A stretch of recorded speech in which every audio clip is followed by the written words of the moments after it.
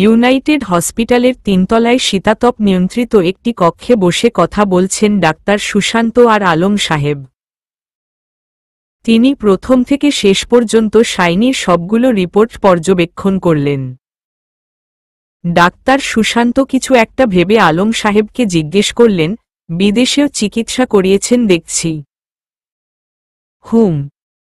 কিন্তু মাঝপথে বন্ধ করে শাইনি চলে এসেছে। ডাক্তার সুশান্ত অবাক হয়ে বললেন, এটা কিন্তু মোটেও উচিত হয়নি। আমার কথা শোনেনি শাইনি। এখন জোর করেও নিয়ে যেতে পারছি না। চিকিৎসা করলে দেশেই করাবে, নয়তো না। এর আগে আপনাদের ফ্যামিলিতে কারোর লিউকেমিয়া ছিল? আলম সাহেব বললেন, জি, শাইনির মায়ের ছিল। বুঝতে পেরেছি। আপনাদের পারিবারিক ইতিহাস এবং শাইনির সবকিছু পর্যবেক্ষণ করে আমারও তাই মনে হচ্ছিল। কিন্তু এখন শাইনির কি অবস্থা? ডাক্তার সুশান্ত বললেন, দেখুন, এই অবস্থায় এত টেনশন করাটা যে কতটা ভয়ানক পরিস্থিতি সৃষ্টি করেছে তা ভাবনার বাইরে। মস্তিষ্কে রক্তক্ষরণ হয়েছে ওর। আমার ধারণা মতে শাইনির একটা স্ট্রোক হয়ে গেছে। বাকিটা রিপোর্ট এলেই বোঝা যাবে। আলম সাহেব স্তব্ধ হয়ে বসে রইলেন। তিনি বুঝতে পারছেন না এখন কি করবেন। একদিকে শাইনির এই অবস্থা, অন্যদিকে বেলা বাইরে বসে কান্না করছে। মেয়েটার মানসিক অবস্থার কথা চিন্তা করে ওনার মাথায় কিছুই আসছে না। যদিও নাজনীন বেগম ওকে সামলাচ্ছে, কিন্তু এই খবরটা শুনলে মেয়েটার কি অবস্থা হবে আলম সাহেব ভাবতেই পারছেন না। ছেলের জন্য তার বুক ফেটে যাচ্ছে, সবকিছু সামলাতে হিমশিম খাচ্ছেন তিনি। নিজেকে ব্যর্থ মনে হচ্ছে। মাথাটা ফাঁকা হয়ে আছে। ডাক্তার সুশান্ত ওনার অবস্থা বুঝতে পেরে নরম স্বরে জিজ্ঞেস করলেন, মি আলম, আপনি এত ভেঙ্গে পড়বেন না। আলম সাহেব শুকনো কণ্ঠে বললেন, আমাকে একটু পানি খাওয়ান দয়া করে। ডাক্তার সুশান্ত পানির গ্লাস এগিয়ে দিল আলম সাহেবের দিকে। অন্যমনস্ক হয়ে তিনি গ্লাসটা নেন। কিছুটা ছলকে পড়ে তার শার্টে, তাতে ওনার কোনো হেলদোল নেই। এক চুমুকে পুরো গ্লাসটা খালি করে তিনি ডাক্তার সুশান্ত এর কেবিনে বসে থাকেন। নীরবতা কাটিয়ে একসময় তিনি জিজ্ঞেস করেন, এটা কি থেরাপি দেওয়ার জন্য হয়েছে? আমি বলতে চাইছি শাইনির যেসব পরিবর্তন এসেছে সেগুলো কেমোথেরাপির সাইড এফেক্ট। ডাক্তার সুশান্ত বিজ্ঞ ভঙ্গিতে বললেন, ক্যান্সারে আক্রান্ত রোগীকে যখন কেমোথেরাপি দেয়া হয় তখন শরীরে বেশি করে অনেক বেশি পরিমাণে মেডিসিন পুশ করা হয়।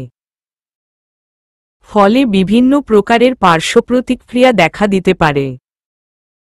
তার মধ্যে অন্যতম কিছু, যেমন চুল পড়ে যাওয়া, চোখের নিচে কালো দাগ ও খাবারে অরুচি হওয়া। এই সময়টা বেশ কঠিন, অনেক বেশি সাফার করতে হয়। লিউকেমিয়া আক্রান্ত রোগীদের চিকিৎসার পাশাপাশি খাবারের প্রতি প্রচুর যত্নশীল হতে হবে এই সময়ে।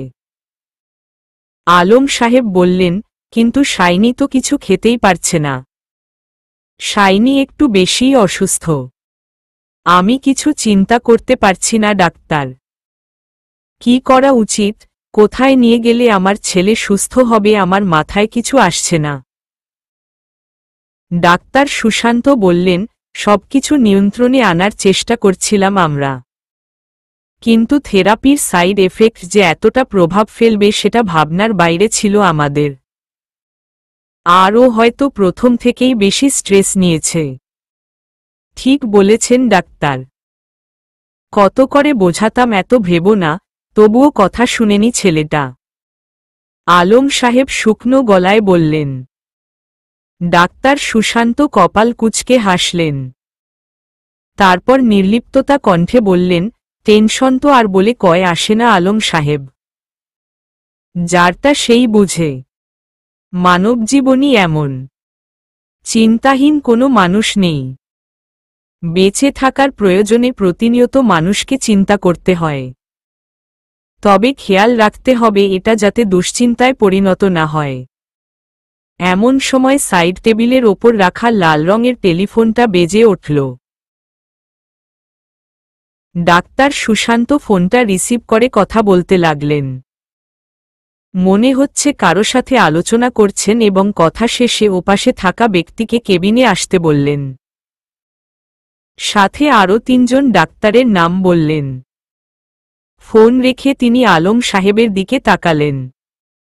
নরম স্বরে বললেন, মি আলম, শাইনির রিপোর্টগুলো এসে পড়েছে। ডাক্তার সাইদুল সাহেবের সাথে কথা হয়েছে। ওনারা এখানে আসছেন। আমাদের কিছু আলোচনা করতে হবে। আপনি কি এখানেই বসবেন? আলম সাহেবের কপাল কুঞ্চিত হয়ে উঠল। তিনি সবটা শুনতে চান। ভনিতা আজীবনই তার ভীষণ অপছন্দ। তিনি জোরালো কণ্ঠে বললেন, হ্যাঁ, আমিও শুনতে চাই এটা আসলেই স্ট্রোক ছিল নাকি। ডাক্তার সুশান্ত বললেন, অ্যাকচুয়ালি আপনি আমার পরিচিতদের মধ্যে একজন বলেই আপনাকে সুযোগটা দেওয়া। নয়তো অন্য পেশেন্টদের গার্ডিয়ানদের সবকিছু খোলাসা করে বলি না আমরা। আলম সাহেব দীর্ঘশ্বাস ফেলে বললেন, আমার কাছে কিছু লুকাবেন না দয়া করে। ছেলেটা আমার ছোট থেকেই একা একা বড় হয়েছে। আমি জানতে চাই সবটা, শেষ পর্যন্ত। ডাক্তার সুশান্ত জিজ্ঞেস করলেন, বাইরে একটা মেয়েকে দেখলাম অনবরত কাঁদছে। এর আগে এত কাঁদতে কাউকে দেখিনি। মেয়েটা কে হয় আপনার? মেয়েটা শাইনির স্ত্রী বেলা, অবশ্য আমার মেয়েই। ওকে খুব ভালোবাসে আমার ছেলেটা। ওর জন্যই বেঁচে থাকার শেষ চেষ্টাটুকু করে যাচ্ছে। থেরাপি নেওয়ার একমাত্র কারণ বেলা। ও আমার ছেলেটাকে এই কঠিন পরিস্থিতিতেও ফেলে যায়নি, বরং আমাদের চেয়ে বেশি খেয়াল রেখেছে। ওর নিজেরও বিশ্বাস শাইনি সুস্থ হয়ে যাবে। ভালোবাসা এমনও হয়? আনমনে বললেন ডাক্তার সুশান্ত। তিনি একটু অবাকই হয়েছেন। হয় হয়তো। ডাক্তার সুশান্ত হেসে বললেন, বলতেই হচ্ছে খুব লাকি মেয়েটা। আমি চাইব ওদের ভালোবাসা বন্ধন যাতে এভাবেই অটুট থাকে, কখনো হারিয়ে না যাক। আমিন। ছোট্ট করে বললেন আলম সাহেব। পাশের মহিলাটা কে? জিজ্ঞেস করেন ডাক্তার সুশান্ত। ও আমার স্ত্রী নাজনীন। ডাক্তার সুশান্ত ভ্রু কুঁচকে জিজ্ঞেস করলেন, আপনার স্ত্রী? কিছুক্ষণ আগে যে বললেন তিনি লিউকেমিয়ায় আক্রান্ত হয়ে মারা গিয়েছেন। ঠিকই বলেছিলাম ডাক্তার। ও আমার দ্বিতীয় স্ত্রী। অবশ্য শাইনিকে কখনো জানাইনি কথাগুলো যে ওর নিজের মা নেই। এত বছরেও জানতে পারেনি? না। খুব ভালোবাসেন ছেলেকে বোঝাই যাচ্ছে। আলম সাহেব অতি কষ্টে মুচকি হেসে বললেন, ভালোবাসার মানুষগুলোই আমাদের ছেড়ে অতি দ্রুত হারিয়ে যায়। আজ প্রায় 7 দিন হল শাইনিকে থেরাপি দেওয়া হয়েছে। কিন্তু শাইনি এতটা সহ্য করতেই পারেনি। থেরাপি দেওয়ার পর থেকে ও আরও ভীষণ অসুস্থ হয়ে পড়েছে। থেরাপি দেওয়ার পর থেকে এই পর্যন্ত অনেকবার বমি করেছে, যার ফলে শাইনি ভীষণ ক্লান্ত হয়ে পড়েছে। চোখমুখ ভীষণ লাল হয়ে শুকিয়ে গেছে। শরীরে যেন মাংস নেই। মাথার চুলগুলোও কেমন যেন কমে যাচ্ছে। কোনো কিছু খেতে পারছে না, খাওয়ার সাথে সাথে বমি হয়ে যাচ্ছে। ডাক্তাররা ওকে নিবিড় পর্যবেক্ষণে রেখেছেন। কিন্তু শাইনির অবস্থার কোনো উন্নতি না হয়ে বরং আরও অবনতি হয়েছে। এই কয়দিনে হসপিটালটাই যেন বাসার সকলের বাড়িঘর হয়ে উঠেছে। চিন্তায় চিন্তায় যখন বাড়ির সবার অবস্থা খারাপ, তখন গত রাতে ওর অবস্থা প্রচণ্ড খারাপ হয়ে পড়েছিল। খারাপ মাবে প্রচণ্ড খারাপ। যার ফলে ডাক্তাররা ইমার্জেন্সি ওকে আইসিইউতে অ্যাডমিট করতে বাধ্য হন। ওর কন্ডিশন ভালো নয়। বেলার অবস্থা খুব খারাপ। শাইনির এই অবস্থা মেনে নিতে না পেরে কাল থেকে অনবরত মেয়েটা কেঁদেই চলছে। কিছুক্ষণ পর 3 জন ডাক্তার প্রবেশ করেন কেবিনে। সবাই নির্ধারিত চেয়ারে বসে ডাক্তার সুশান্ত এর সাথে আলোচনা করেন, সবার মুখে চিন্তিত ভাব। আলম সাহেব কিছুই বুঝতে পারছিলেন না। তিনি একটু দূরে বসেছিলেন ওদের থেকে। অনেকক্ষণ পর ওরা চলে যায়। ডাক্তার সুশান্ত কিছুক্ষণ নিজেকে সময় দেন। মাথার ভেতর তালগোল পাকিয়ে থাকা কথাগুলো সাজিয়ে নেন মনে মনে।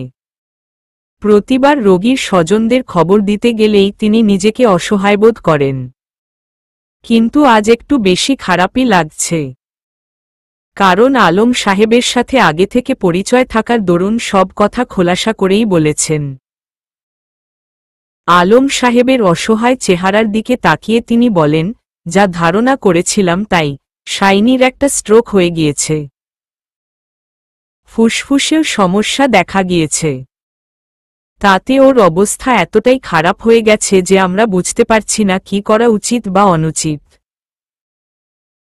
কৃত্রিমভাবে শ্বাস চালু রাখার জন্যে ভেন্টিলেটরের সাহায্য নিয়েছি আমরা। শাইনি ভেন্টিলেটর থেকে সুস্থ হয়ে বেরিয়ে আসতে পারবে কিনা তা নির্ভর করবে ওর সার্বিক শারীরিক অবস্থার উপর। অনেক ক্ষেত্রেই রোগী ভালো হয়ে উঠতে দেখেছি, ওর বেলায় সম্ভাবনা পাচ্ছি না একদমই। চেষ্টার কোনো ত্রুটি রাখছি না আমরা। এর আগে এরকম কেস একটাও পাইনি আমরা। Sorry me Alam, really very sorry. Alam সাহেব নিস্তব্ধ, কিছুই বলছেন না। পুতুলের ন্যায় বসে সব কথা শুনলেন তিনি। এসবের জন্য কাকে দায়ী করবেন তিনি? ভাগ্যকে? নিজের ছেলেকে? নাকি বেলার বাবা নাইমুদ্দিন সাহেবকে? সবাই মিলে অসুস্থ ছেলেটাকে যেভাবে মেন্টালি টর্চার করেছে এরই ফল এই স্ট্রোক। কি হতো শাইনিকে এতটা অত্যাচার না করলে? আলম সাহেব কেবিন থেকে বেরিয়ে যান। করিডোরে বেলা আর নাজনীন বেগম বসে আছেন। বেলার চোখমুখ এই কদিনে শুকিয়ে ভেঙে গেছে। চোখের নিচে কালি পড়েছে। মেয়েটাকে দেখে তার মায়া হয়। তিনি রোবটের মতো বললেন, শাইনির একটা স্ট্রোক হয়ে গিয়েছে। বেলার বিশ্বাস হল না, চোখ বড় বড় করে তাকিয়ে রইল। তারপর ধীর পায়ে হেঁটে আইসিইউ ইউনিটে গেল। যে কেবিনে শাইনিকে রাখা হয়েছে ওখানকার দরজার বাইরে থেকে শাইনিকে অবলোকন করল। স্বচ্ছ কাচের দরজার ওপাশে নিথর দেহে পড়ে আছে শাইনি। বিপ বিপ শব্দ আসছে ভেন্টিলেটর নামক একটি যন্ত্রাংশ থেকে। বেলার কান্না আসছে না। এতদিনে কান্না করার ফলে ওর চোখের পানি যেন শুকিয়ে গেছে। কাচের দেয়ালে হাত রেখে ফুপিয়ে উঠল, কাঁপা কাঁপা গলায় বলল, আমি আপনাকে রেখে কোথাও যাব না প্রমিজ। কেন এত কষ্ট পাচ্ছেন? এত কেন চিন্তা করেন আমাকে নিয়ে? আমার খুব কষ্ট হচ্ছে বুঝেন আপনি। শুধু একবার ফিরে আসুন, আপনাকে নিয়ে আমি অনেক দূরে চলে যাব। কেউ আলাদা করতে পারবে না আমাদের। ফিরে আসুন না আমার কাছে। আসুন না। শ্রাবণের বর্ষণ নেমেছিল কাল আমার আকাশে। আমি মেঘের ডানায় ভর করে শ্রাবণকে পাঠিয়ে দিল আজ তোমার আকাশে। ছুঁয়ে যাবে মেঘ, ছুঁয়ে যাবে তোমার ওই নীল সীমানা। 1 কোটি বছরের সেই ভালোবাসা থেকে যাবে শ্রাবণের আকাশে, নীল মেঘেদের ডানায়। তাই তো কানে কানে বলি, আজ শ্রাবণ তোমার আকাশে। কথাগুলো শাইনি বলেছিল বেলাকে থেরাপি দেওয়ার দিন কয়েক আগে। শুনে বেলার সে কি কান্না। শাইনি ওর কান্না দেখে হাসতে হাসতে বলেছিল সে মজা করে বলেছে। সেদিন পুরোরাত শাইনিকে আঁকড়ে ধরে বিড়ালছানার মতো শুয়েছিল। কত মধুর ছিল সেই রাতটা। পুরনো স্মৃতিগুলো মনে পড়তেই দুচোখের কোনো ভিজে উঠল। দিনগুলো আবার ফিরে আসুক, খুব দ্রুত। সারা আকাশ উত্তাল করে ঝুম বৃষ্টি নেমেছে কিছুক্ষণ আগে। সোডিয়াম বাতির নিভু নিভু হলদেটে আলোয় চারদিক অস্পষ্ট হয়ে আছে। বৃষ্টির রুমঝুম শব্দ তাল তুলছে বাতাসের গতিবেগের সাথে। পিচঢালা রাস্তায় চড়ছে কিছু গাড়ি আর রিকশা। অট্টালিকার ন্যায় উঁচু ইউনাইটেড হসপিটালের করিডোরের জানালার সামনে বসে আছে বেলা। অশ্রুসিক্ত নয়নে তাকিয়ে রয়েছে বাইরের দিকে। বাইরের এই ঝুম বৃষ্টি, উত্তাল হাওয়ার সঙ্গে সঙ্গে ওর মনে তোলপাড় শুরু হয়েছে। কালবৈশাখীর ঝড়ো হাওয়া বয়ে চলেছে মনের ভেতর। কি করে থামবে এই ঝড় বুঝতে পারছে না বেলা। প্রতিটি মিনিট উৎকণ্ঠার সহিত কাটাতে হচ্ছে। এই তো শাইনি রেসপন্স করছে, এই ওর অবস্থা ভীষণ খারাপ। কখন কি হয়ে যায় বলা মুশকিল। গত দুদিন আগে শুধু শাইনির সাথে ওর কথা হয়েছে। এরপরই আবার অসুস্থ হয়ে পড়ায় শাইনিকে আইসিইউতে রাখা হয়। বেলা এই দুদিন কারোর সাথেই কথা বলেনি। চুপচাপ বসে নিজের অশ্রু বিসর্জন দেওয়া ছাড়া ওর আর কিছুই করার নেই। আল্লাহর কাছে চেয়েছে শাইনির সুস্থতা। তবে ওর কোনো প্রতিক্রিয়াই নেই। আলম সাহেব থাকার জন্য হসপিটালের দুটো কেবিন বুক করেছিলেন। নাজনীন বেগম, বেলা কেউই বাসায় যায় না। শিলাকে তার মামার বাড়ি পাঠিয়ে দেওয়া হয়েছে। তবে নাজনীন বেগম বেশ বিরক্ত। হাসপাতালের পরিবেশ তার পছন্দ নয়, তবুও তাকে থাকতে হচ্ছে আলম সাহেব যাতে খুঁত ধরতে না পারে। বেলাকে খুঁজতে আলম সাহেব কেবিন থেকে বেরিয়ে এলেন। সামনে এগুতেই করিডোরের শেষ মাথায় চোখ যায় তার। করিডোরের লম্বা কাচের জানালা ঘেঁষে বসে থাকা মেয়েটির জন্য তার মায়া হয়। অজান্তেই চোখের কোণে জল জমে যায়। মেয়েটি এখনো ভালোবাসার ওপর বিশ্বাস আর ভরসা নিয়ে সবকিছু সহ্য করে যাচ্ছে তা নিয়ে তিনি অভিভূত। শাইনি আসলেই খুব ভাগ্যবান যে বেলার মতো একটি মেয়েকে নিজের জীবনসঙ্গী হিসেবে বেছে নিয়েছে। কতই বা বয়স মেয়েটার? 22, 23? অন্য কেউ হলে কি এতটা ধৈর্য আর আশা নিয়ে বেঁচে থাকতে পারত? আলম সাহেব যেখানে ছিল সেখানেই ঠাই দাঁড়িয়ে থাকেন। রাত হওয়ায় লোকজন নেই এদিকে। তার মনে হয় ভালোবাসা হলো এক অদ্ভুত অনুভূতি। যখন ছেলেটা বোঝে তখন মেয়েটা বোঝে না। আবার যখন মেয়েটা বোঝে তখন ছেলেটা বোঝে না। আবার যখন দুজনই বুঝল তখন পৃথিবী বোঝে না। কে যেন বলেছিল কথাটা। আলম সাহেব ভাবেন এমন না হলে কি খুব অসুবিধা হতো? সংসার শুরু হতে না হতেই কেন দুজন মানুষের স্বপ্ন ভেঙে যাচ্ছে? তিনি আর কিছু ভাবতে পারলেন না। বাইরে বৃষ্টি নেমেছে আবার, জোরালোভাবে। বেলা অন্যমনস্কভাবে রাতের ভেজা শহরের দিকে নিজের দৃষ্টি নিবন্ধ করে রেখেছে। স্বচ্ছ কাচের জানালায় বাড়ি খেয়ে তার ছিটেফোঁটা এসে পড়ছে মেঝেতে। আকাশের বুকে আজ শ্রাবণের ঢল। মেঘের প্রতি আকাশের অনুভূতির ক্ষুদ্র প্রয়াস। এই অঝোর ধারায় বৃষ্টিপাত শুধুমাত্র জলের ফোঁটা নয়, এটি পৃথিবীর প্রতি আকাশের ভালোবাসা। তারা কখনো একে অপরের সাথে দেখা করে না, তবে দুজন এভাবেই নিজেদের প্রেমকে বর্ষিত করে চলেছে অবিরাম। আলম সাহেব বেলাকে আর ডাকলেন না। একটা দীর্ঘশ্বাস ফেললেন শুধু। চিন্তায় চিন্তায় তার মনে হচ্ছে কয়েকদিনের মধ্যে তিনিও বিছানায় পড়তে চলেছেন। যা ধকল যাচ্ছে সবার ওপর দিয়ে, কি করে সব আগের মতো হবে তা নিয়ে বেশ দুশ্চিন্তায় আছেন তিনি। শরীরটা ভালো লাগছে না বিধায় তিনি কেবিনে চলে গেলেন। নাজনীন বেগম নিচু স্বরে ফোনে কথা বলছেন কারোর সাথে। আলম সাহেব ঘরে ঢুকতেই তড়িঘড়ি করে ফিন কেটে হট ক্যারিয়ার থেকে খাবার নামাতে লাগলেন। এক এক করে সব প্লেটে সাজাচ্ছেন। ড্রাইভার এনে দিয়ে গেছে কিছুক্ষণ আগে। নাজনীন বেগমের ভাইয়ের বাসা থেকে খাবার দেওয়া হচ্ছে এই কয়দিন যাবৎ। আলম সাহেব ঘরে ঢুকতেই নাজনীন বেগম একবার তাকালেন। তারপর ব্যস্ত গলায় বললেন, খাবার রেডি করেছি, হাত মুখ ধুয়ে খেতে বসো। আলম সাহেব বাথরুমের দিকে এগুতে এগুতে বললেন, আমি খাব না, খিদে নেই। নাজনীন বেগম ভ্রু উঁচিয়ে তাকালেন। খাবে না? কেন?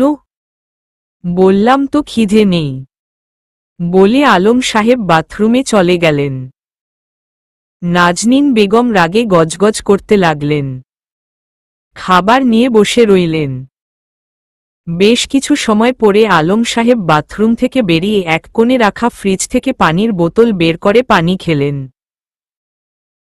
তারপর ডিভানের ওপর গিয়ে বসলেন। নাজনীন বেগম বললেন, তুমি কি খাবে নাকি সব ফেলে দিব? আলম সাহেব এবার রেগেই বললেন, তোমাকে একটা কথা কতবার বলতে হবে? বারবার এক কথা জিজ্ঞেস করে আমার মাথা গরম করে দিচ্ছ।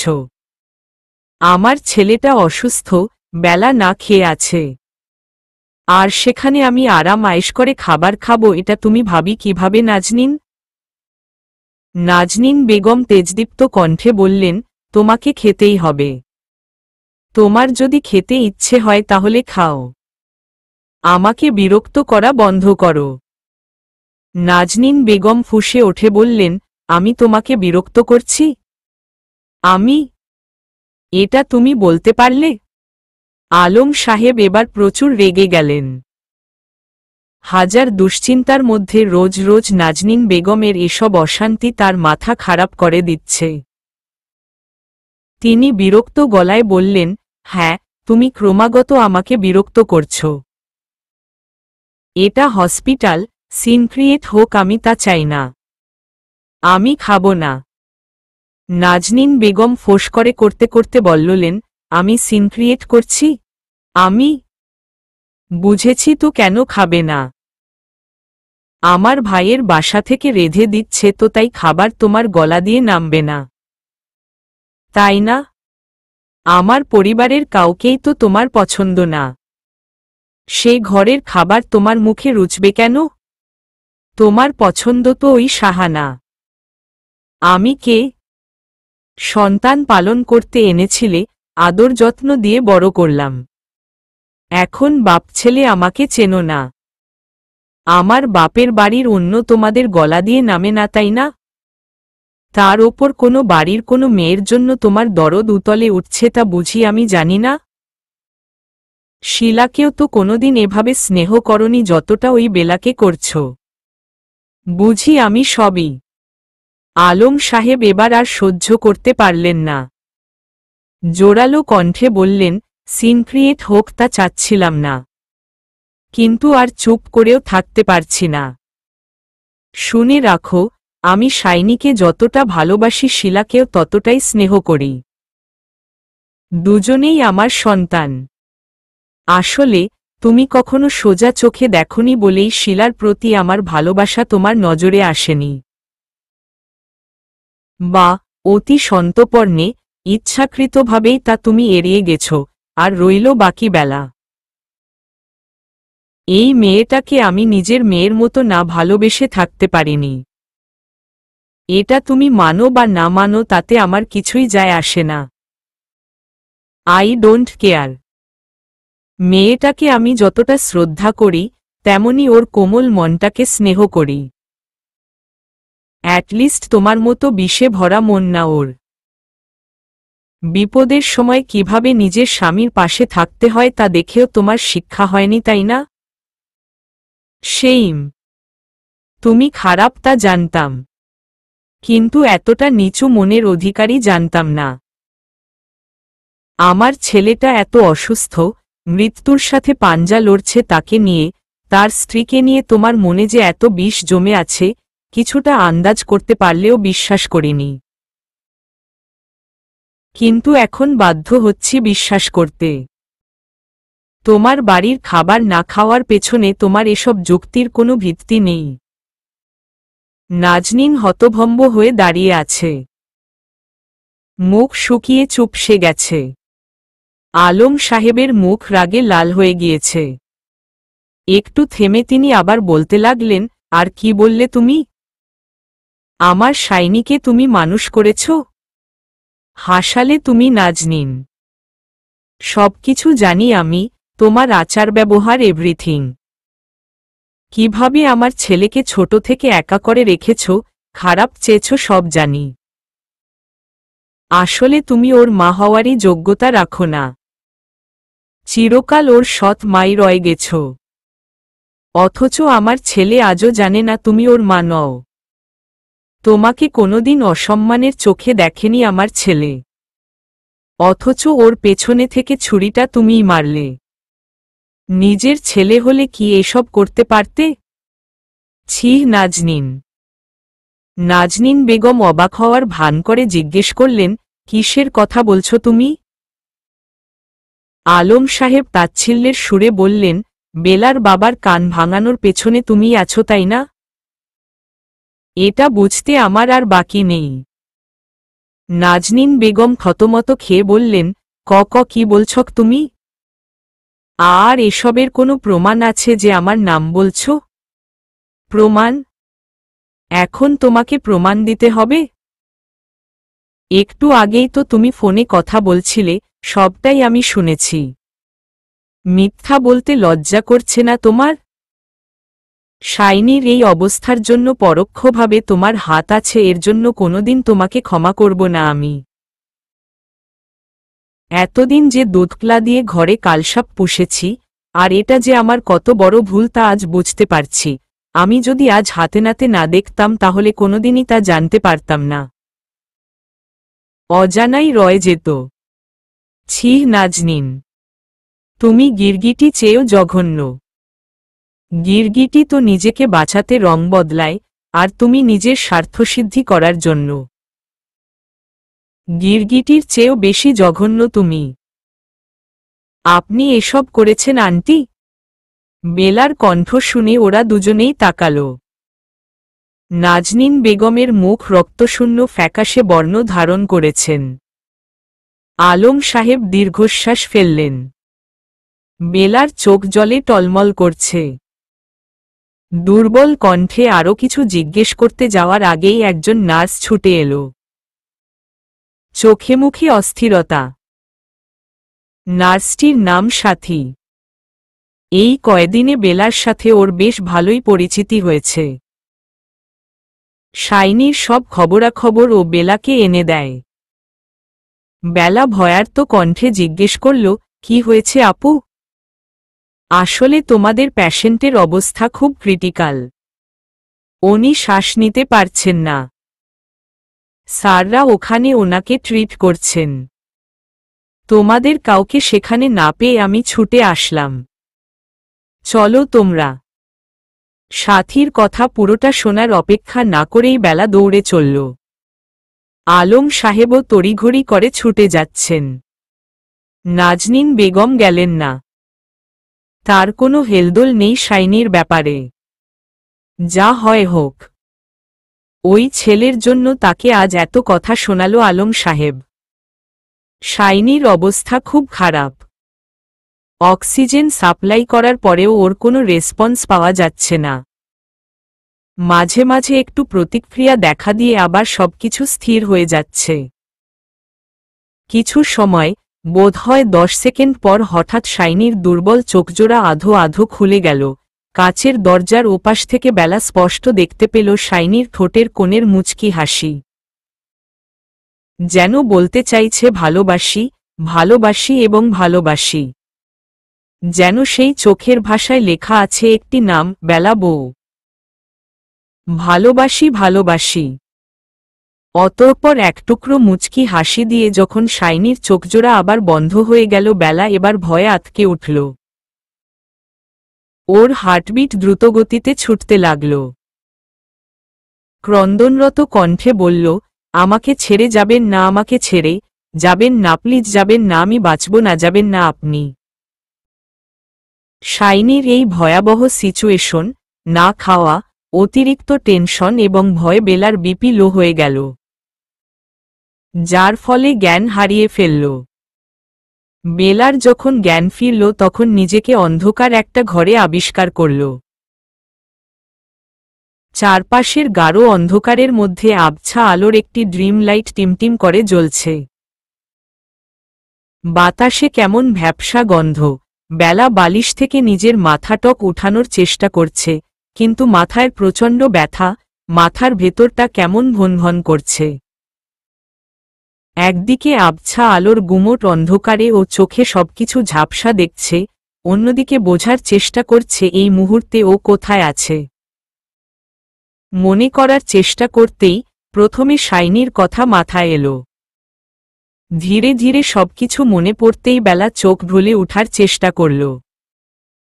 শাইনি অসুস্থ ছিল, ওরা সবাই হাসপাতালের আইসিইউ ইউনিটের বাইরে দাঁড়িয়ে শাইনির অবস্থা পর্যবেক্ষণ করছিল। কেবিনের ভেতরে ডাক্তার, নার্সদের হুলস্থুল অবস্থা, বিপ বিপ সাউন্ড, চিৎকার, চেঁচামেচি, মাথার যন্ত্রণা, যেন চারদিকে কিয়ামত নেমে এসেছিল। তার মধ্যে শাইনির একবার চোখ খুলে তাকানোটা যেন এক স্বর্গীয় অনুভূতিতে ভাসিয়ে নিয়ে গিয়েছিল বেলাকে। সেই চোখের মোহনীয় ভাষার দিকে তাকিয়ে ও বিমোহিত নয়নে তাকিয়েছিল অনেকটা ক্ষণ। ক্ষণিক সুখের সময়টা পেরুতেই শাইনি অদ্ভুতভাবে হাসল। দুই গালে তৈরি হল দুটো ডিম্পল। তখনও জলে ভেজা ছিল ওর চোখ, নোনতা পানি গাল বেয়ে গড়িয়ে পড়ছিল নীলচে রঙের বালিশে। তারপর কি হয়েছিল? বেলা মনে করার চেষ্টা করল। সফলও হল। তারপর আচমকাই শাইনির চোখ দুটো বন্ধ হয়ে গেল। বেলার যখন ভয়ে হার্টবিট কেঁপে কেঁপে উঠছিল তখনই ও হঠাৎ অজ্ঞান হয়ে মাটিতে ঢলে পড়ে। এরপর আর কোনো কিছু মনে নেই ওর। মস্তিষ্ক আতিপাতি করে খুঁজেও বাকি স্মৃতিটুকুর খোঁজ পেতে ব্যর্থ হল বেলা। মাথাটা দুহাতে চেপে ধরে ধপ করে আবার বিছানায় বসে পড়ল ও। চোখ দুটো জ্বলছে ভীষণ, গলা শুকিয়ে কাঠ। ভীষণ তৃষ্ণা পেয়েছে পানির। চারপাশে তাকিয়ে দেখল পানির বোতল টোতল পাওয়া যায় কিনা, কিন্তু ঘর অন্ধকার থাকার কিছুই দেখতে পেল না। ড্রিম লাইটের আবছা আলোয় বেলা ঘরটাকে দেখে বুঝতে পারল এটা হাসপাতাল নয়। মুহূর্তেই আঁতকে উঠল। ওর তো এখন হাসপাতালে থাকার কথা, কিন্তু এটা হাসপাতাল নয়। বাহাতে মাথা চেপে ডান হাতটা মাথা থেকে নামিয়ে বিছানার চাদর খামচে ধরল।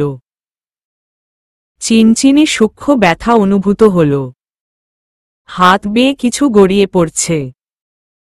বেলা অবাক হয়ে অন্য হাতে ডান হাতের ওপর থেকে তরল জিনিসটা ছুঁতেই চটচটে ভাব হল। হাতে একটা নল লাগানো। তীক্ষ্ণ চোখে ঘাড় ঘুরিয়ে পেছনে ফিরে দেখল খাটের স্ট্যান্ডে স্যালাইন সহ নল ঝুলছে। ভীষণ অবাক হয়ে আনমনে বলল, আমি কোথায় আছি? কোনো উত্তর এলো না। একটানে হাত থেকে ক্যানোলা খোলার চেষ্টা করে ব্যর্থ হল। পরের বার পারল। বিছানা থেকে নেমে হাতড়ে হাতড়ে ঘরের দরজা খুঁজতে লাগল। একসময় পেয়েও গেল, কিন্তু দরজা বাইরে থেকে বন্ধ। বেলা ধাক্কাধাক্কি শুরু করার পরেও কেউ দরজা খুলল না। ঘরের সুইচবোর্ড খুঁজে পেতে একটু সময় লাগল। সুইচ অন করতেই পুরো ঘরটা ঈষৎ হলদেটে আলোয় ভেসে গেল। অনেকটা সময় পর চোখে আলো পোড়ায় আপনা আপনি চোখজোড়া বন্ধ হয়ে এলো। বেলা সময় নিয়ে নিজেকে সামলানোর চেষ্টা করল। তারপর চোখ খুলে ঘরটাতে নজর বুলাল। একপাশে সেমি ডাবল খাট, ওয়ারড্রব, সোফা আর টেবিল রাখা। অচেনা ঘর, অচেনা পরিবেশ। এটা কোনো জায়গা? আগে কখনো এসেছে বলে তো মনে পড়ে না। বুকের ভেতর কান্নারা দলা পাকিয়ে বসে আছে, ঢোক গিলে তা সংবরণ করে নিল বেলা। ওকে শাইনির কাছে যেতে হবে। শাইনি এখন কেমন আছে জানতে হবে। আর ও কোথায় আছে? কে এখানে নিয়ে এসেছে? দরজা বন্ধ করা কেন? ওর আসলে হয়েছে কি? বেলা বিষণ্ণ মনে ভাবল এখন কি করবে ও। গায়ের পোশাকের দিকে তাকিয়ে আরও হতভম্ব হয়ে পড়ল। হসপিটালে থাকাকালীন ওর পরনে ছিল খয়েরি রঙের সালোয়ার কামিজ, কিন্তু এখন অফ হোয়াইট রঙের মধ্যে সাদা পাথরের একটা লম্বা টপ পরনে। এটা তো ওর কাপড় নয়। এবার বেশ ভয় পেয়ে দরজায় ধাক্কা শুরু করল বেলা। কেউ আছেন? দরজা খুলুন প্লিজ। কেউ খুলছে না দেখে বেলা এবার জোরে জোরে শব্দ করতে শুরু করল এবং ডাকতে লাগল। হঠাৎ বাইরে থেকে কেউ নবধরে মোচড় দিল। সঙ্গে সঙ্গে দরজা খুলে গেল। বেলা অবাক হয়ে দেখল দরজা এতক্ষণ খোলাই ছিল, শুধু নব মোচড়ালেই খুলে যেত। কিন্তু অচেনা পরিবেশ হওয়ায় এসব কথা মাথাতেই আসেনি ওর। ঘরে ঢুকল একজন ষাটোর্ধ্ব মহিলা। নির্মল মুখখানি আলোয় ঝলমলে করছে। ভেজা চুলগুলো তোয়ালে দিয়ে মুড়িয়ে রেখেছে। চেহারায় বেশ মায়া মায়া ভাব হলেও চোখের দৃষ্টি তীক্ষ্ণ। বুদ্ধিদীপ্ত সেই চাহনির মালকিনের দিকে দৃষ্টি নিপাত করে বেলার মুখ দিয়ে কোনো শব্দ বেরুতে চাইল না। অস্ফুটস্বরে জিজ্ঞেস করল, আপনি কে? মহিলাটি সহাস্যে উত্তর দিল, আমি তোমার ফুপি। বেলা ভ্রু কুঁচকাল। ফুপি? ওর তো একটাই ফুপি, রুহি আপুর মা মিতালি বেগম। আর সামনে দাঁড়ানো বয়স্ক মহিলাটিকে ও কোনোদিন দেখেনি, না ওনার বিষয়ে জানে সে। বেলা নিষ্প্রভ কণ্ঠে জিজ্ঞেস করল, ফুপি? কিন্তু আমার তো একটাই ফুপি। আর কোনো ফুপি আছে বলে তো আমার মনে পড়ে না। আর আপনার সম্পর্কে আমি কিছু জানি না, কে আপনি তাহলে? মহিলাটি ভেজা চুল তোয়ালে দিয়ে মুছতে মুছতেই শান্ত স্বরে বললেন, তুমি বসো মা। আর একই, তুমি ক্যানোলা খুলেছ কেন? হাত দিয়ে তো রক্ত গড়াচ্ছে। এটা কি করলে? মহিলাটি উদ্বিগ্ন স্বরে আওড়ালেন কথাগুলো। তারপর হাতের ভেজা তোয়ালেটা ছুঁড়ে মারলেন সোফার উপর। দ্রুত পায়ে এগিয়ে বেলাকে টেনে নিয়ে বিছানায় বসিয়ে তিনি ফার্স্ট এইড বক্স খুঁজে নিয়ে এলেন। তারপর খুব যত্ন করে ক্যানোলা লাগানো অংশটা তুলো দিয়ে পরিষ্কার করে ব্যান্ডেজ করে দিল ন। বেলা শুধু অবাক হচ্ছে, মহিলাটি এত ভনিতা করছে কেন? কে ইনি? আর ও কে বা এসব করছে কেন আজব? ওনার আচার আচরণ সবকিছু একদম প্রফেশনাল ডাক্তারদের মতো। ট্রিট করছে ওদেরই মতো। ব্যান্ডেজ বাঁধা শেষে মহিলাটি জিজ্ঞেস করলেন, ব্যথা হচ্ছে? না, ছোট্ট করে জবাব দিল বেলা। মহিলাটি ফার্স্ট এইড বক্সটা জায়গামতো রেখে ঘুরে তাকালেন বেলার দিকে। মিষ্টি করে হেসে বললেন, আমাকে চিনতে পারছ না তাই তো? বেলা মাথা নাড়াল। আমি শাম্মী, তোমার ফুপি। কেমন ফুপি সেটা আগে বলে নেই। তোমার বাবা আর আমার মা দুজন ফুপাতো ভাইবোন। সেই সূত্র ধরেই আমি তোমার ফুপি। তুমি হয়তো আমাকে দেখোনি, কিন্তু আমি তোমাকে চিনি। খুব ছোটবেলায় দেখেছিলাম তোমাকে। বেলা নির্লিপ্ততা ভঙ্গিতে বসে আছে। মহিলাটির পরিচয় জানা দরকার। তারও আগে শাইনি কেমন আছে সেই খবর জানা প্রয়োজন। ও নরম কণ্ঠে বলল, আমি হয়তো দেখিনি আপনাকে, কিন্তু বাবার মুখে কয়েকবার আপনার নাম শুনেছি। বিদেশে থাকতেন বোধহয় নাকি? হ্যাঁ, আমার ডাক্তারি পড়াকে কেন্দ্র করে চলে যাই কানাডায়। বিয়ে করে নি সেখানেরই এক বাংলাদেশিকে। স্যাটেল হই ওখানেই। এর মধ্যে আমার ছেলেটাও বড় হতে থাকে। ক্যারিয়ার, সংসার, সন্তান একসাথে সামলাতে গিয়ে এরপর আর দেশে আসা হয়নি। কখন ফিরলেন? এই তো সপ্তাহখানিক আগে স্বামী সন্তান সহ দেশে ফিরলাম। এর মধ্যে তোমার বাবাকে একদিন ফোন করতেই গল্পে গল্পে তোমার কথা উঠে আসলো। তোমার সাথে ঘটে যাওয়া সবকিছু জানান আমাকে। অতিরিক্ত মানসিক চাপ এবং দুর্বলতায় তুমি জ্ঞান হারিয়ে ফেলেছিলে। ডাক্তার বলেছিল তোমাকে স্ট্রেস যাতে না দেওয়া হয়, প্লাস হাওয়া পরিবর্তন করার জন্য। হসপিটালে অ্যাডমিট ছিলে। সব শুনে আমি আর আমার ছেলে মিলে পরামর্শ করি তোমাকে এখানে নিয়ে আসার জন্য। আর গত পরশু আমাদের এখানে তোমাকে নিয়ে আসে তোমার বাবা।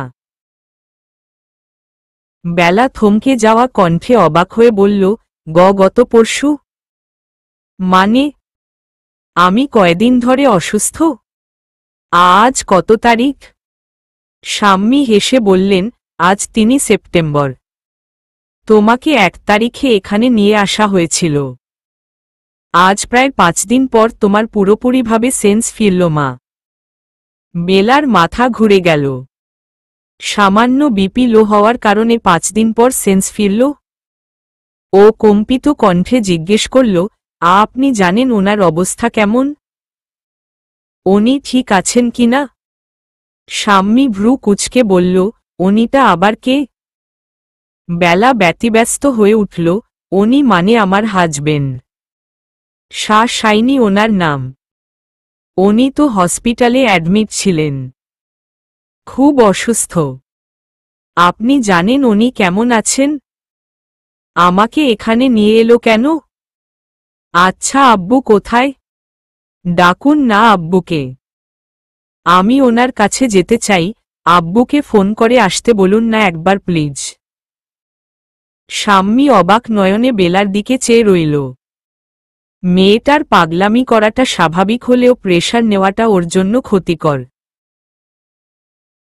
আর তিনিই বা কি বলবেন বেলাকে? নাইমুদ্দিন তো এখানে নেই। তিনি বেলার মাথায় হাত বুলিয়ে ওকে শান্ত হতে বললেন। বেলা চেয়ে শান্ত হতে পারছে না। ওর মনে জমে থাকা সব প্রশ্নের উত্তর জানতে হবে। বাবা ওর সাথে এরকম করল কেন? বাবা কি জানে না শাইনিকে বেলা কতটা ভালোবাসে? এক পলক না দেখলে ওর দম বন্ধ হয়ে আসে। শাইনি কোথায়? কেমন আছে তার হৃদয় দখল করে নেওয়া সেই পাগলটা, যার সাথে প্রতিটি শ্রাবণ পাহাড়ের ওই ঘরটাতে কাটাতে চায়, যাকে বারবার ভালোবাসি বলতে চায় ও?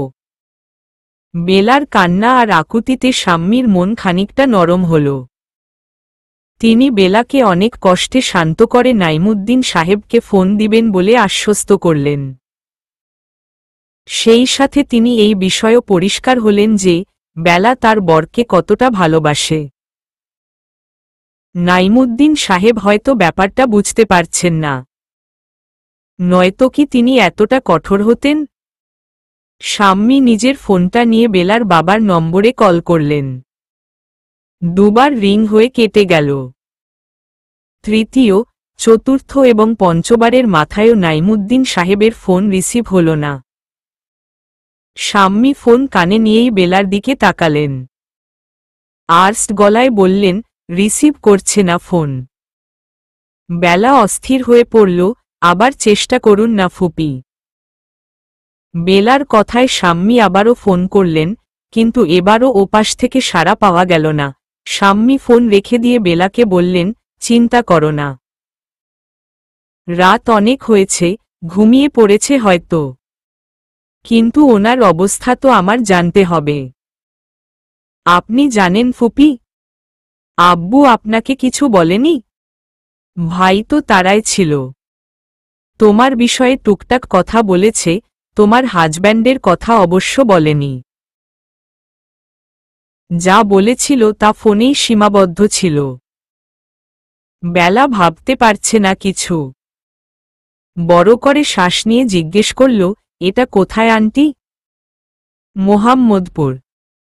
বেলা ঠান্ডা মাথায় ভাবল মোহাম্মদপুর থেকে ধানমন্ডি যেতে খুব একটা বেশি সময় লাগবে না।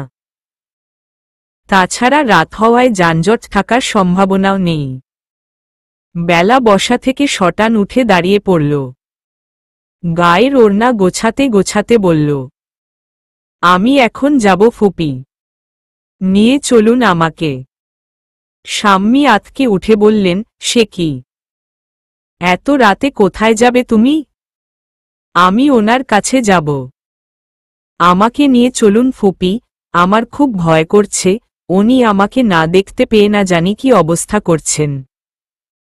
থাকতে পারবে না আমাকে না দেখে। আমার সেখানে থাকতে হবে যে কোনো মূল্যেই। শাম্মী বলল, এখন যাওয়ার মতো পরিস্থিতি নেই মা। বেলা বিরক্তি নিয়ে বলল, কেন ফুপি? আচ্ছা ঠিক আছে, আপনাদের যেতে হবে না। প্লিজ আমাকে যেতে দিন, আমি একাই যেতে পারব। শাম্মী কপালে ভাঁজ ফেলে বেলাকে পাশে বসিয়ে বললেন, এটা ঠিক হবে না মা। এত রাতে তোমার একা যাওয়াটা রিস্কি। তাছাড়া তোমার হেলথের কন্ডিশন ভালো নয়। অতিরিক্ত মানসিক চাপে তুমি স্বাভাবিক চিন্তাভাবনা করার ক্ষমতা হারিয়েছ। আর ভেবে দেখো, তুমি যার জন্য এমন করছো সে যদি তোমাকে এই অবস্থায় দেখে তাহলে কি কষ্ট পাবে না? তোমার উদ্বিগ্নতাই প্রমাণ করে দিচ্ছে তুমি তাকে কতটা ভালোবাসো। আর ভালোবাসার মানুষটার সামান্যতম কষ্ট কেউ মেনে নিতে পারে না। সেখানে তোমার হাজবেন্ড যখন দেখবে তার প্রিয়তমা স্ত্রী নিজের প্রতি খেয়াল রাখেনি তাহলে সে কি ভাববে? তোমার যেমন কষ্ট হচ্ছে তারও নিশ্চয়ই তেমনই লাগবে। তোমার তো আরও স্ট্রং হতে হবে তাই না? ওর সামনে হাসি মুখে দাঁড়িয়ে জানান দিতে হবে ওর জন্য তুমি ভেঙে পড়োনি, বরং ভালোবাসার জোরে আরও সাহসী হয়ে উঠেছ। আমার বিশ্বাস, তোমার হাসি মুখটাই ওর কাছে সবচেয়ে দামি। কি ঠিক বললাম তো? বেলা সম্পূর্ণ কথাটা মনোযোগের সহিত শুনল। তারপর অসহায় কণ্ঠে বলল, আপনি বুঝতে পারছেন না ফুপি, আব্বু ফোন ধরছেন না। আমি কোথা থেকে খোঁজ নিব ওনার?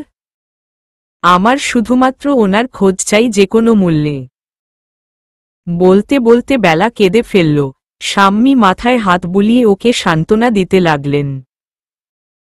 নাইমুদ্দিন সাহেবের ওপর রাগ উঠছে খুব। অবশ্য রাগ হওয়াটাই স্বাভাবিক। কোনো বুদ্ধিমান, বিবেকমান মানুষ কি এরকম কাজ করে? নাজনীন বেগমের মতো মহিলার কথা বিশ্বাস করে নিজের মেয়ের সংসার ভাঙতে উঠে পড়ে লাগে? নাইমুদ্দিন সাহেব এক্ষেত্রে বোকার পরিচয় দিয়েছেন। যদি শাইনির কিছু হয় তাহলে বাবাকে কোনোদিনও সে ক্ষমা করতে পারবে না। শাইনির জন্য চিন্তায় চিন্তায় মরে যাচ্ছে বেলা। হৃদযন্ত্র নামক অঙ্গটা রকেটের গতিতে ছুটে চলেছে। দ্রিম দ্রিম করে শব্দ তুলছে ছন্দের মতো। এভাবে মানুষ বাঁচতে পারে? একটুর জন্য হলেও শাইনির মুখটা না দেখলে বেলা বোধহয় মরেই যাবে। অবশ্য শাম্মীর কথাগুলোও ঠিক। বেলার এই অসুস্থ চেহারা নিয়ে শাইনির সামনে দাঁড়ালে ও ঠিকই কষ্ট পাবে। নিজেকে মনে মনে দোষী ভাববে। কি করবে বেলা এখন? রাত 12টা। প্রতিটি মিনিট, সেকেন্ড অস্থিরতায় কাটছে বেলার। শাম্মী ঘরে নেই। বেলা বারান্দায় দাঁড়িয়ে আকাশের দিকে তাকিয়ে শাইনির কথা ভাবছে। গাল বেয়ে পানি গড়াচ্ছে সেদিকে ওর খেয়াল নেই। তখনই পেছনে থেকে একটা পুরুষালী কণ্ঠ শোনা গেল, আপনি ঠিক আছেন এখন? বেলা তাকিয়ে দেখল লম্বা চওড়া একজন যুবক ওর বারান্দার দরজায় দাঁড়িয়ে আছে। গায়ে ব্লেজার, মুখে ক্রূর হাসি। দৃষ্টি বেলার ওপর। এ আবার কে? বিরক্তি চেপে বেলা বিষণ্ণ গলায় বলল, জি, আমি ঠিক আছি। আপনি কে? প্রশ্ন শুনে যুবকটি মাথা হেলিয়ে উত্তর দিল, আমি আরাফাত। আপনার শাম্মী ফুপি, উনি আমার আম্মু। বেলার তখন মনে পড়ল শাম্মীর ছেলের কথা, আপনি ফুপির ছেলে? যুবকটি সহাস্যে উত্তর দিল, জি। ওহ, আমি বেলা। জানি আমি। বেলা আর কিছু বলল না। ও এখন একা থাকতে চাইছে। আপনি বোধহয় আমার সাথে পরিচিত হয়ে খুশি নন? বেলা লজ্জা পেয়ে বলল, একদম না। আমি আসলে একটু একা থাকতে চাইছি। আরাফাত মাথা নাড়িয়ে হেসে বলল, ইজ ইউর উইশ। বাট আপনি এখন ঠিক আছেন তো? এই কদিন তো জ্ঞান ছিল না আপনার। বেলা বলল, আমি ঠিক আছি। কোনো সমস্যা হলে আমাকে জানাবেন। জানেনই তো, উকিল আর ডাক্তারের কাছে কোনো কথা লুকোতে নেই। বেলা অবাক হয়ে বলল, আপনি ডাক্তার? আরাফাত হেসে বলল, জি মেম। আমার বাবা মা, এক কথায় আমাদের ফুল ফ্যামিলি ডাক্তার। ওহ। এমন সময় শাম্মী এলেন। আরাফাত হসপিটাল থেকে ফিরেছে মাত্র। বেলার সঙ্গে আরও এক দফা আরাফাতকে পরিচয় করিয়ে দিয়ে তিনি ওকে ফ্রেশ হয়ে নিতে বললেন। তারপর বেলাকে জোর করে টেনে নিয়ে গেলেন ডাইনিংয়ে। টেবিলে সাজানো ভাত, তরকারি দেখে বেলার মন বিষণ্ণ হয়ে পড়ল। শাইনির জন্য খুব যত্ন করে খাবার বানাত, নিজ হাতে খাইয়ে দিত। পুরোটা সময় ওকে বিভিন্নভাবে জ্বালাতন করত শাইনি।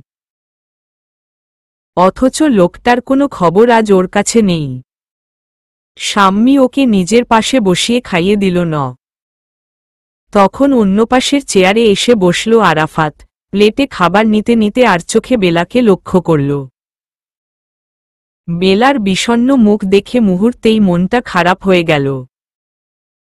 বেলা যখন জানবে ওর প্রিয় মানুষটাকে আর দেখতে পাবে কিনা, সেই সম্ভাবনা অনেক কম, তখন ওর রিয়েকশন ঠিক কেমন হবে? মেয়েটা বোধহয় খুব কষ্ট পাবে। বেলা শাইনির জন্য কতটা ভালোবাসা পুষে রেখেছে, সবটা শুনেছে সে আলম সাহেবের মুখ থেকে। এই ভালোবাসাকে মূল্য দিয়ে শাইনি সুস্থ স্বাভাবিক জীবনযাপন আবার ফিরে আসতে পারবে কিনা জানে না আরাফাত। একটা দীর্ঘশ্বাস ফেলে ও খাবারে মনোযোগ দিল। খাওয়া দাওয়ার পর্ব শেষ করে আরাফাত ঘুমানোর প্রস্তুতি নিচ্ছিল ওর ঘরে। হঠাৎ দেখল বেলা দরজায় দাঁড়িয়ে ইতস্তত করছে। আরাফাত বলল, আপনি দরজায় দাঁড়িয়ে কেন? আসুন, ভেতরে আসুন। বেলা ঘরে ঢুকে চুপ করে দাঁড়িয়ে রইল। আরাফাত সন্নিগ্ধ চোখে ওকে পরখ করে জিজ্ঞেস করল, কিছু প্রয়োজন? বেলা মাথা নাড়িয়ে বলল, আপনার ফোন আছে? আসলে ফুপি ঘুমিয়ে পড়েছে, তাই ওনার ফোনটা। আরাফাত ফোন এগিয়ে দিতেই বেলা তড়িঘড়ি করে ফোনটা নিয়ে নিল। তারপর একবার নাইমুদ্দিন সাহেবকে ফোন করলেন, বরাবরের মতোই তিনি ফোন ধরলেন না। উপায় না পেয়ে বেলা আলম সাহেবের নাম্বারে ডায়াল করল, আর বেলাকে অবাক করে দিয়ে সেই ফোনটা নট রিচেবল বলল। সীমা বেগমের নাম্বারে ফোন দিয়ে দেখল সেটা বন্ধ। আসলে তিনি যখন প্রয়োজন হতো তখন বেলাকে কল করতেন, বাকি সময় ফোন বন্ধই থাকে। আত্মীয় স্বজনের সঙ্গে যোগাযোগ করতে হলে নাইমুদ্দিন সাহেবর ফোন দিয়ে যোগাযোগ রক্ষা করেন। সবার ফোন একে একে বন্ধ পেয়ে বেলার মন খারাপ দ্বিগুণ হল। হচ্ছেটা কি ওর সাথে? বিরক্তি নিয়ে ফোনটা এগিয়ে দিল আরাফাতের দিকে। তারপর বলল, আর একটা হেল্প চাই আমার। আরাফাত ওর দিকেই তাকিয়েছিল। বলুন। আসলে আপনি তো ডাক্তার, আমার এই হেল্পটা করে দিন না প্লিজ। আরাফাত ওকে বসতে বলল। তারপর জিজ্ঞেস করল, কি হেল্প? আপনি একটু ইউনাইটেড হসপিটালে যোগাযোগ করে দেখুন না, আইসিইউতে অ্যাডমিট শাইনি আলম এখন কেমন আছেন? আরাফাত বলল, আপনি সত্যিই ওনার খোঁজ জানতে চান? বেলা অবাক হয়ে বলল, আপনি জানেন? হুম, সবটাই তো শুনলাম আপনার শ্বশুর আর মামার কাছ থেকে। বেলা ভ্রু কুঁচকে জিজ্ঞেস করল, আপনি আঙ্কেলকে চিনেন? আর মামাকে? মামা মানে আপনার আব্বু। উনিই তো আলম আঙ্কেলের সঙ্গে আমার পরিচয় করিয়ে দিল না। বেলা অবাক হয়ে বলল, আব্বু? আব্বু পরিচয় করিয়ে দিয়েছে? হুম। বেলা এবার ব্যতিব্যস্ত কণ্ঠে জিজ্ঞেস করল, তাহলে প্লিজ একটা খবর এনে দিন না ওনার। আমি খুব কৃতজ্ঞ থাকব আপনার কাছে। আরাফাত মুচকি হেসে বলল, কৃতজ্ঞ থাকতে হবে না, আপনি নিজের যত্ন নিন, এতেই আমরা আপনার ওপর কৃতজ্ঞ থাকব। অ্যাটলিস্ট আপনার আব্বুর কথাটা তো রাখতে পারব। বেলা নিদারুণ অবাক গলায় বলল, মানে? আপনার আব্বু আপনাকে আমাদের দায়িত্বে রেখে গেছেন, মেয়ের যাতে কোনো অযত্ন অবহেলা না হয় সেজন্য বারবার রিকোয়েস্ট করে গেছেন। আমার আম্মু তো অনেক অনুরোধ করে এখানে এনে রেখেছে আপনাকে। বেলা সন্দেহ নিয়ে বলল, আব্বু কোথায়? আরাফাত দীর্ঘশ্বাস ফেলে উত্তর দিল, তিনি দেশের বাইরে। বেলা যেন আকাশ থেকে পড়ল। একটু জোরেই চেঁচিয়ে বলল, দেশের বাইরে? কেন? আপনার হাজব্যান্ডের সুচিকিৎসার জন্য গত পরশু আপনার আব্বু এবং শ্বশুর দেশের বাইরে রওনা হয়েছেন। বেলা আহত স্বরে বলল, কি বলছেন আপনি? উনি ঠিক আছেন তো? এখন কেমন আছেন? আরাফাত বলল, বাকি চিকিৎসাটুকু দেশের বাইরে করালে বোঝা যাবে, বাকিটা আল্লাহ তাআলা ভালো জানেন। বেলা আর কোনো প্রশ্ন করল না। নাইমুদ্দিন সাহেব শাইনির চিকিৎসার জন্য বাইরে গিয়েছে কথাটা কেমন স্বপ্ন স্বপ্ন লাগছে। যাওয়ার সময় শাইনির সাথে দেখা হলো না, বিষয়টা মানতে ওর কষ্ট হচ্ছে। আজ কতদিন সে শাইনিকে দেখে না।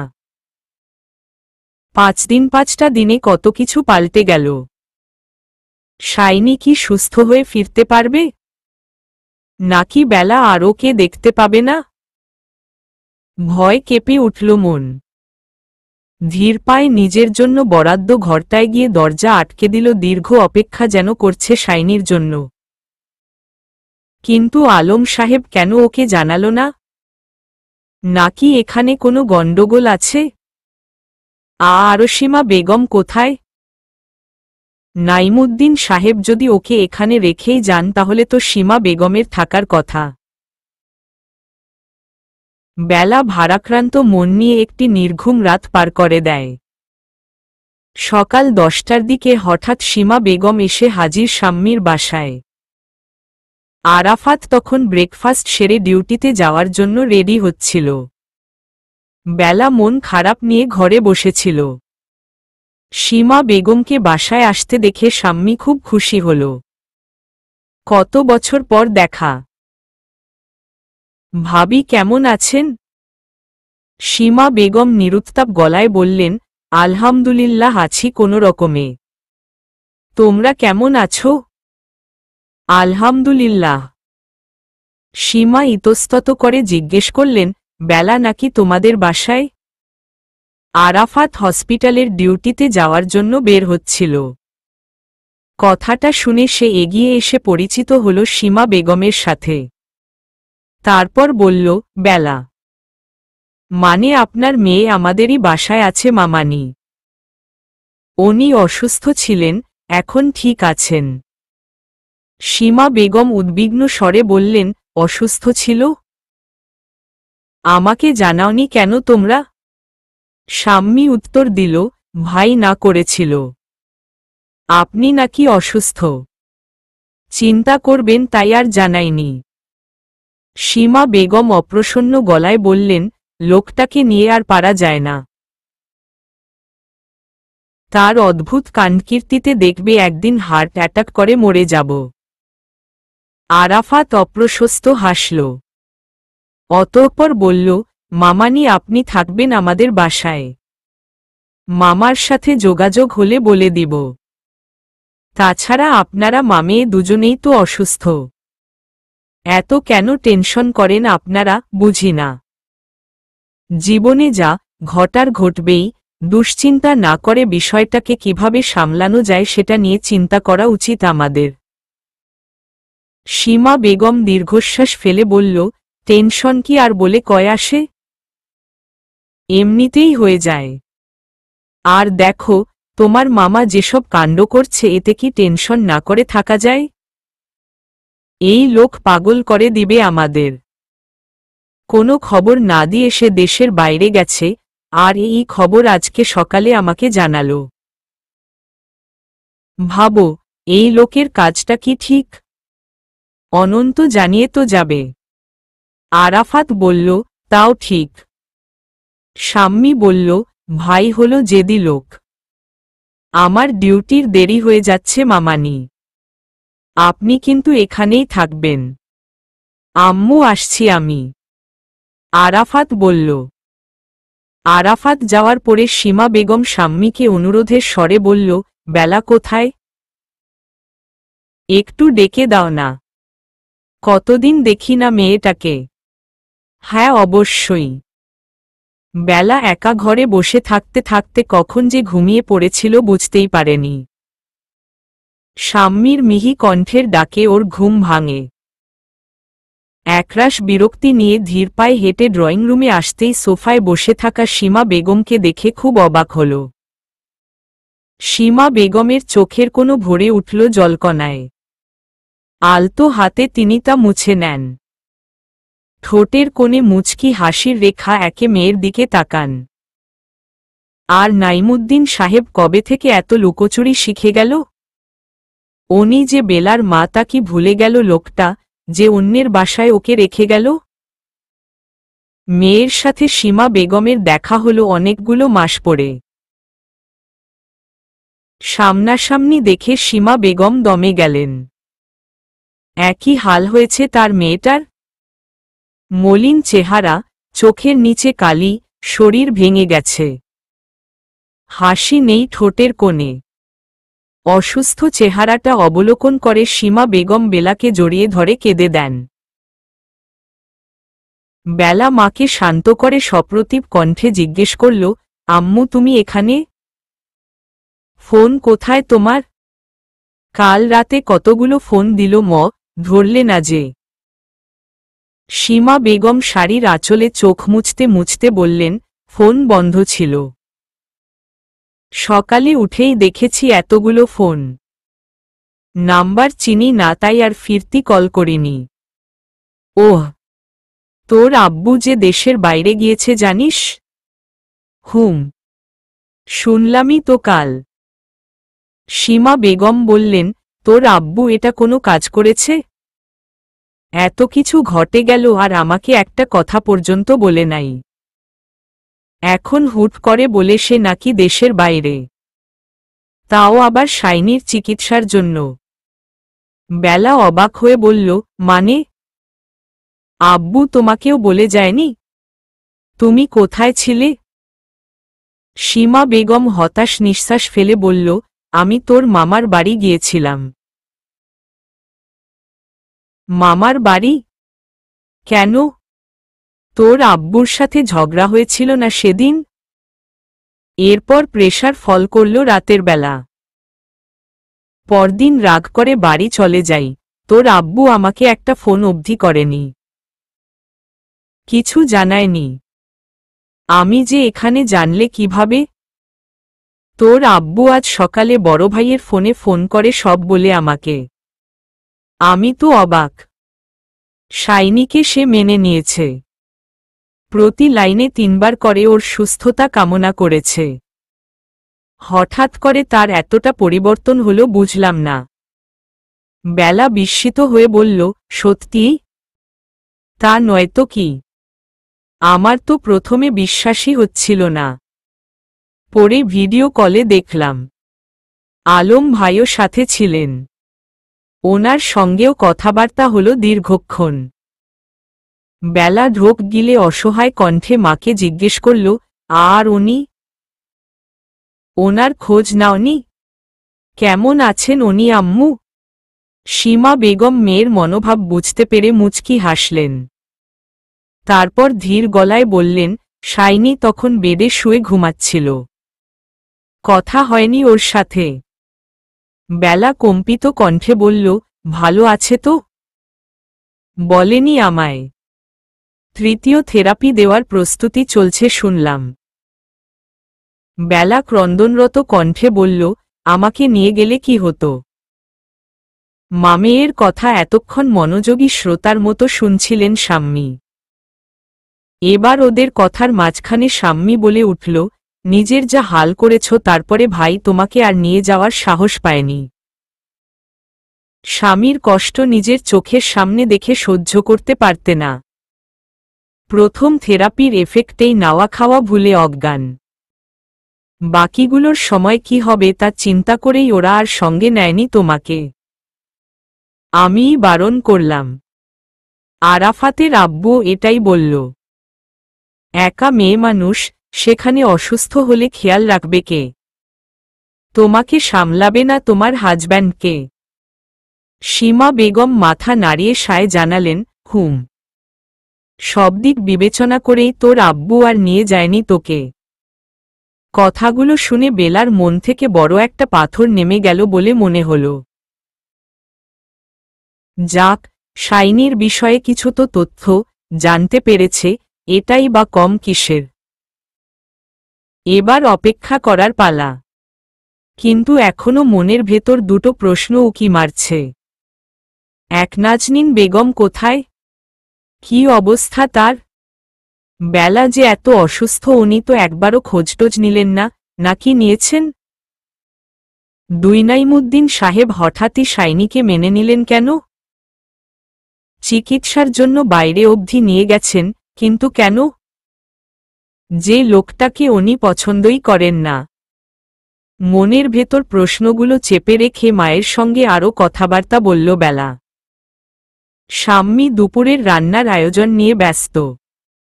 সীমা বেগম বেলাকে নিয়ে এখানেই থাকবেন কটা দিন। দুজনের শরীর মনের অবস্থা ভালো নয়। তাছাড়া এখানে থাকলে আরাফাতের কাছ থেকে শাইনির বিষয়ে আপডেট জানা যাবে, এজন্যই থাকা। এভাবেই বেশ কিছু দিন কেটে গেল। মামে দুজনেই শাম্মীর বাসায় থাকে। শাম্মীর বর কয়েকদিনের জন্য কানাডা গেছে বলে বেলাদেরকে বাসায় ফিরতে দিলেন না নাতিনি।